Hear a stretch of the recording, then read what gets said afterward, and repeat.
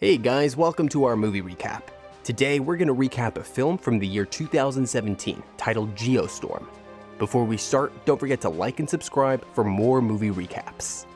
When the film begins, we see Earth being tormented by catastrophic weather events. In a united effort to combat these disasters, global leaders, led by the United States, create an innovative solution named Dutch Boy.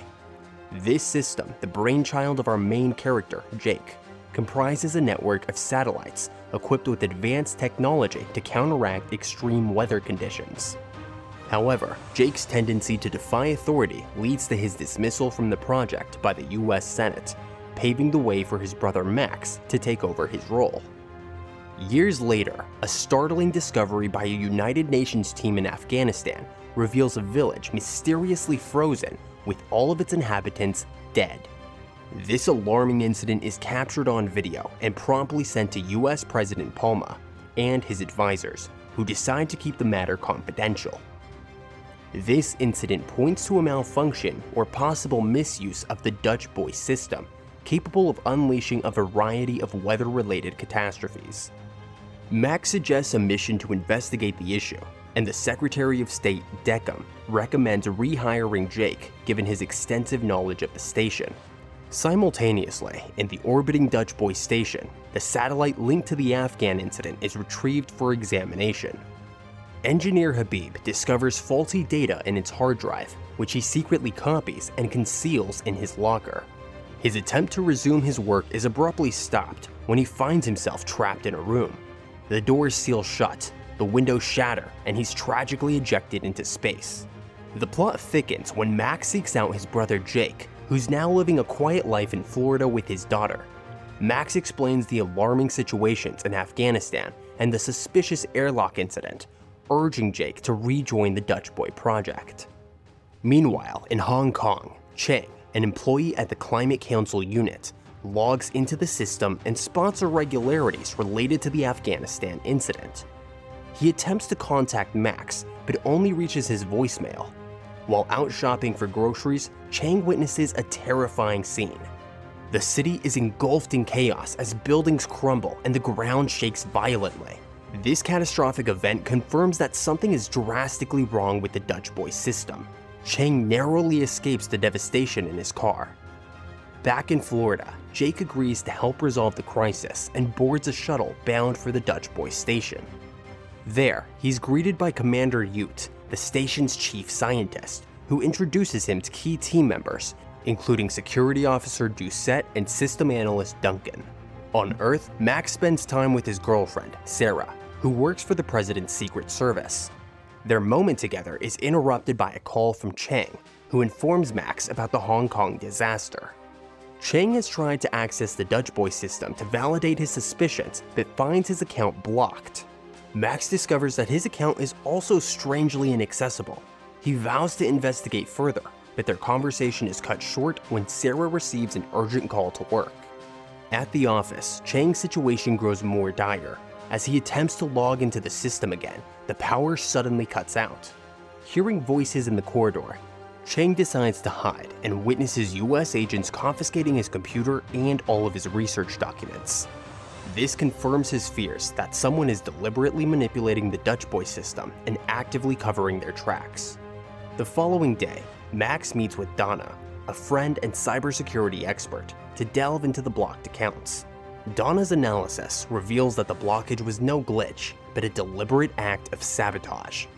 Jake attempts to trace the login information behind the sabotage programming, but finds himself also locked out, deepening the mystery. Meanwhile, Chang travels to the US to meet with Max and Sarah. As he's about to cross the street to meet them, he's deliberately pushed in front of a moving car and fatally injured.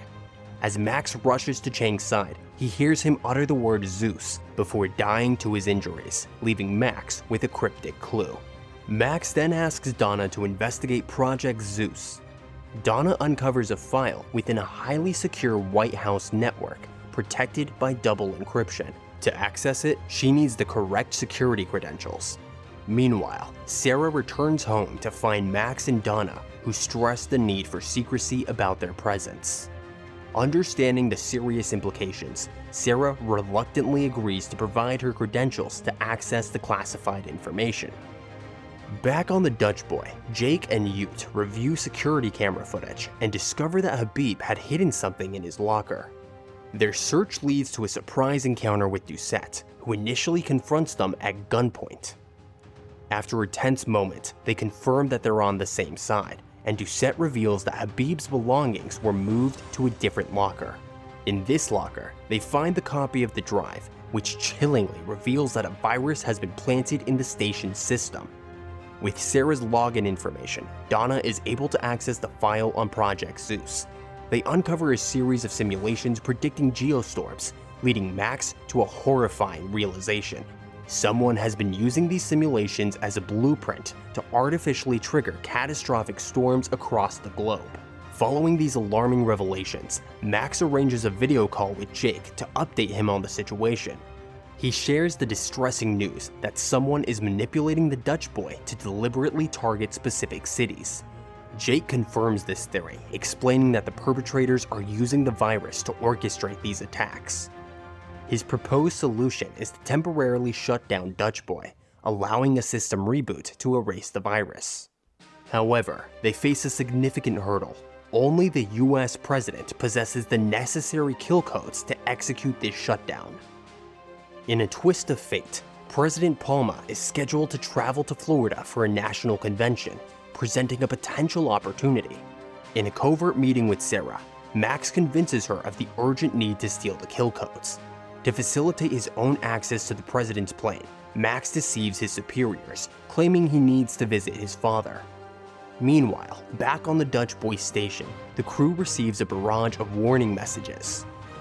Alarming indicators show that over 200 satellites are malfunctioning, many on the brink of critical failure. This technological catastrophe quickly manifests on Earth as a series of devastating weather storms strike various cities, signaling the onset of an impending geostorm. On Earth, as Max absorbs the news of these unfolding disasters, he's confronted by Deckham. Deckham realizes Max's father has passed away and demands the truth. Max, under pressure, reveals his belief that President Palma is orchestrating an imminent geostorm. However, Deckham informs him of a daunting obstacle. They cannot simply obtain the kill codes from President Palma because the president himself is the key. Accessing the shutdown requires Palma's biometric data. Amidst this tense scenario, the Dutch boy crew faces their own crisis. They're shocked to discover that the station has unexpectedly initiated a self-destruct sequence. Attempts to override this command are unsuccessful as they find themselves locked out of the system. But Jake realizes that the only person capable of such a sophisticated manipulation of Dutch boy's systems is Duncan. In the midst of the escalating crisis, Jake decides to confront Duncan alone, urging the rest of the crew to evacuate the Dutch boy station. He finds Duncan, and the confrontation quickly becomes physical, with Jake attacking Duncan. However, Duncan takes out a gun and uses it to fend off Jake, but in the ensuing struggle, Duncan accidentally fires a shot that shatters a window. Seizing the moment, Jake rushes into another room and secures the door behind him, leaving Duncan to be ejected into space. Meanwhile, back on Earth, Deckham leads Max into what he claims is a secure room to discuss matters with the president. However, it's soon revealed to be a trap.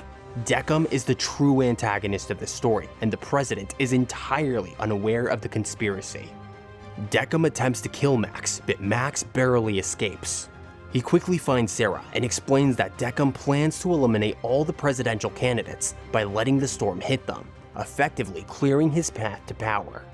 Realizing the gravity of the situation, Max and Sarah devise a daring plan to kidnap the president to save him from Deckham's scheme. While Max prepares a getaway car, Sarah creates a diversion by firing a shot into the air. This triggers emergency protocols, and amidst the chaos, Sarah, along with another bodyguard, escort the president. However, once they're alone in a corridor, Sarah incapacitates the bodyguard and urges the president to follow her and Max to the car. As the geostorm begins wreaking havoc on Earth, Max and Sarah race against time to evacuate the president from the danger zone. In a desperate attempt to retain control, Deckham flees the scene with his men. Deckham's men engage in a fierce shootout with Max. Soon after, Deckham, not one to leave things to chance, hands a rocket launcher to his bodyguard, instructing him to target the car carrying the president. In a tense and climactic moment, the rocket launched by Deckham's henchman hits its target, causing the car to explode dramatically. However, in a clever twist, it's revealed that Sarah had anticipated this move. She, the president, and Max had already left the car and just let it drive itself. They used the explosion as a diversion, allowing her to sneak up behind Deckham and apprehend him, effectively crashing his sinister plans.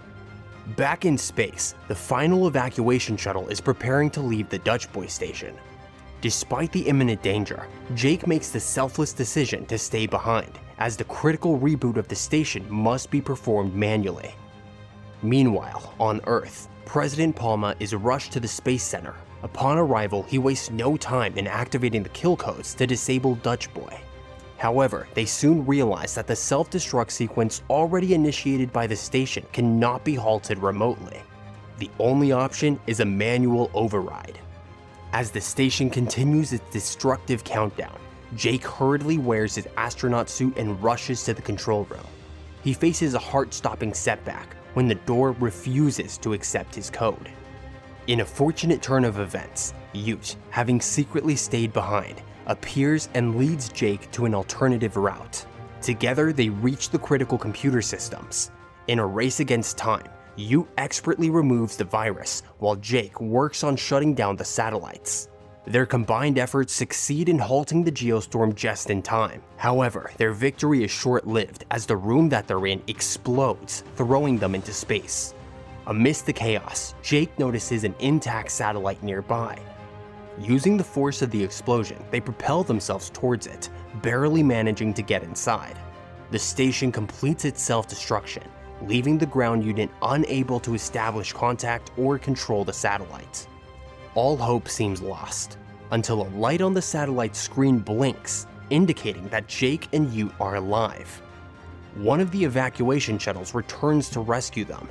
After a harrowing few hours, everyone is safely back on Earth. The movie reaches its emotional climax as Max and Jake reunite, their brotherly bond stronger than ever. They embrace, symbolizing not just their personal victory, but the triumph of humanity's resilience and unity in the face of catastrophe as the film draws to its conclusion. So, were you as surprised to find out who the bad guy was as I was? Let me know in the comments below. Thanks for watching this video. Make sure to give us a thumbs up and subscribe to the channel for more movie recaps. We'll see you in the next one.